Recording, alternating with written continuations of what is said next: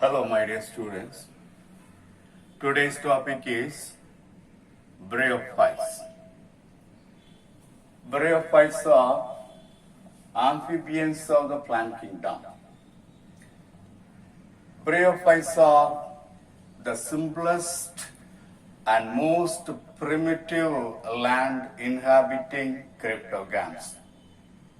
They belong to cryptogams because they never produce any flowers, fruits, and seeds. Non-flowering plants are included under the division cryptogams. The bryophytes was descended from alga-like ancestors. They are simple embryophytes. All the embryo-producing plants are included in a separate division that is called embryophytes. Embryophytes are plants which produce embryo. Bryophytes grow mostly in moist, shady habitats. They are considered as the non-vascular cryptogams because vascular tissues are completely absent. Xylem and phloem are considered as the vascular tissue. Both the xylem and phloem are absent as far as bryophytes are concerned. So bryophytes are called non-vascular cryptogams. They are also called amphibians of the plant kingdom. Already I told you, I have mentioned the common name for bryophytes are amphibians of the plant kingdom because they need water for fertilization, for completing their life cycle. That's why they are called amphibians of the plant kingdom. Bryology is the subject which deals with the bryophytes. Bryology is the study of bryophytes. Shivram Kashyap, father of Indian bryology, he published a book, Liverworts of Western Himalayas and Punjab Plains.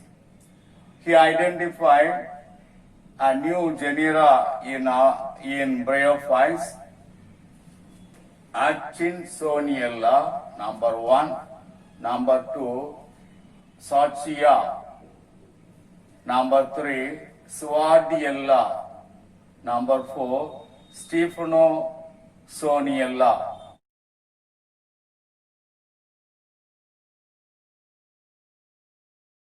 So these are all the 4 new genera he identified in bryophytes. Come to the general characteristic feature of bryophytes. Here in bryophytes, the plant body is gametophyte. In bryophytes, the main plant body is called gametophyte. What is a gametophyte? Gamete producing structure is called gametophyte.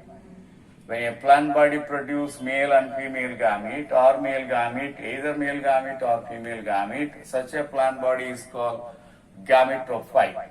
Here the Rhexia plant body is a gametophyte. It is a gamete producing structure. It is not differentiated into root, stem and leaf. Such an undifferentiated structure of the plant body is called thallus. Most of them are primitive land plants. In bryophytes, most of the plants are primitive land plants. Some of them are aquatic plants living in the water. For example, Rhiella, Rhexiocarpus. In some of the plants, the thallus forms liverworts and hornworts. In the case of mosses, root-like, stem-like, and leaf-like structures can be seen in the thallus. In higher bryophytes like mosses, for example, Funaria, the main plant body is differentiated into root, stem and leaf-like structure. But in the case of liverworts, in some of the plant, in some of the bryophytes, the thallus is liver-like. Say for example, in the case of Rexia, the thallus is liver-like. Such a plant body having liver-like thallus, they are called liverworts. In the case of liverworts, thallus grows prostrate on the soil surface and is attached to the substratum by means of rhizoids. A number of rhizoids are produced from the bottom of the thallus. They are called rhizoids.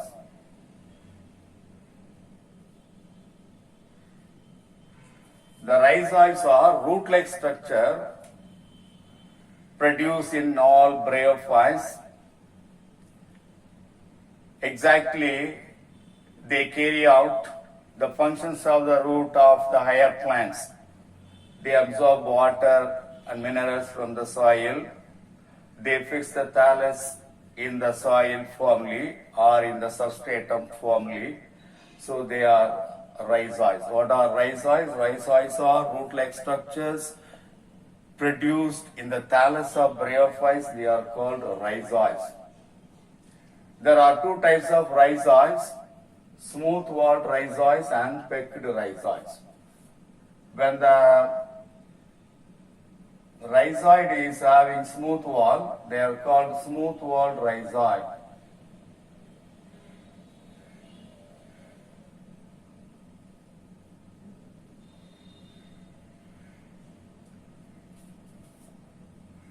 When there are finger-like projection produced inside the lumen of the rhizoid, that is called pecked rhizoid.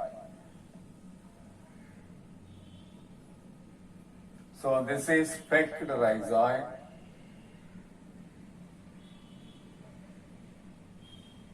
And this is smooth-walled rhizoids. When the outer wall is smooth and also inner wall is smooth, that is smooth-walled rhizoid. But here the outer wall is smooth, but inner wall will produce some finger-like projection into the lumen. Such a rhizoid is called pecked rhizoids. So two types of rhizoids are produced as far as the bryophytes are concerned. In the case of liverworts, the rhizoids are unicellular, but in the case of mosses, that is the higher bryophytes, the rhizoids are multicellular. So that is the things. As far as the mosses are concerned, the plant body is erect with central body containing numerous leaf-like structures and with multicellular rhizoid. This is the moss plant.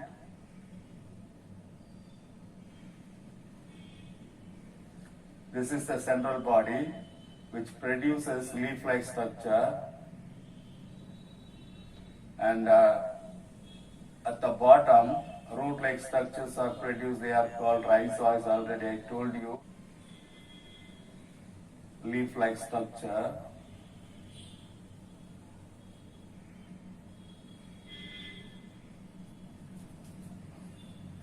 This is in the case of moss plant.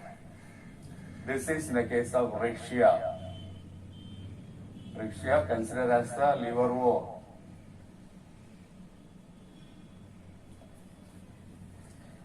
So that is the gametophytic structure of liverworts and also in moss plant.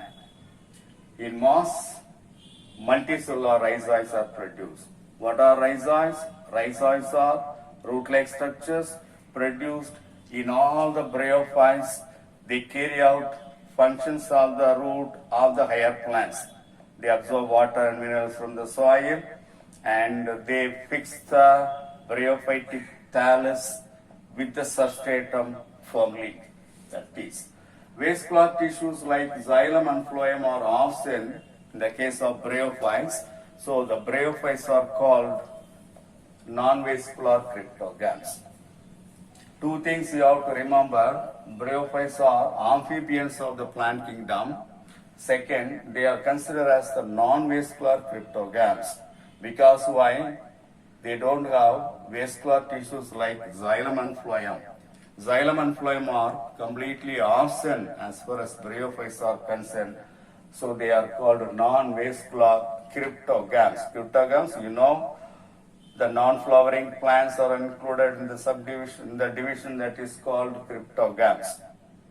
The bryophytes belongs to cryptogams, and here xylem and phloem are absent, so they are called non-vascular cryptogams. Come to the reproduction. Reproduction in bryophytes. Mainly there are two types of reproduction seen in the case of bryophytes.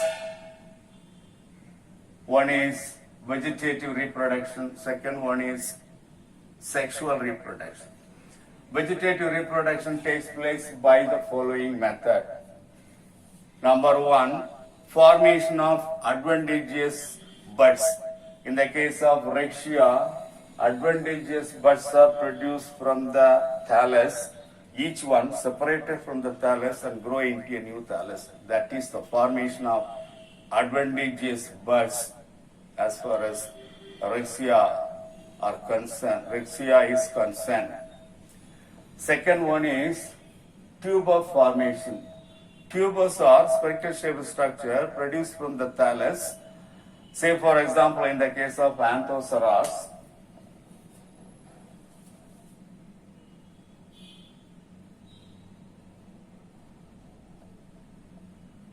adventitious buds example Rexia,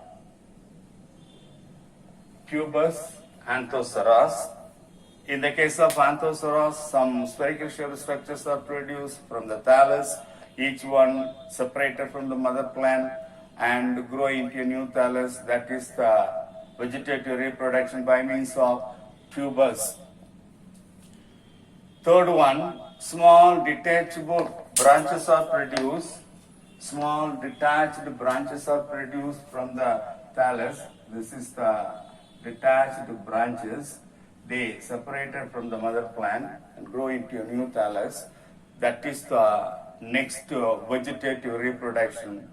In the case of Rexia, Rexia thallus, Anthoceras thallus, etc. Markensia also, some of the detachable, small detachable branches are produced. They are considered as the brood bodies. Brood bodies. They grow into a new thallus. That is another vegetative reproduction. Then next one, gemmae are produced in the case of Markensia. Markensia thallus, just at the middle of the thallus or somewhere else, on the surface of the dorsal surface of the thallus, some cup-like structures are produced. They are called gemmae cup.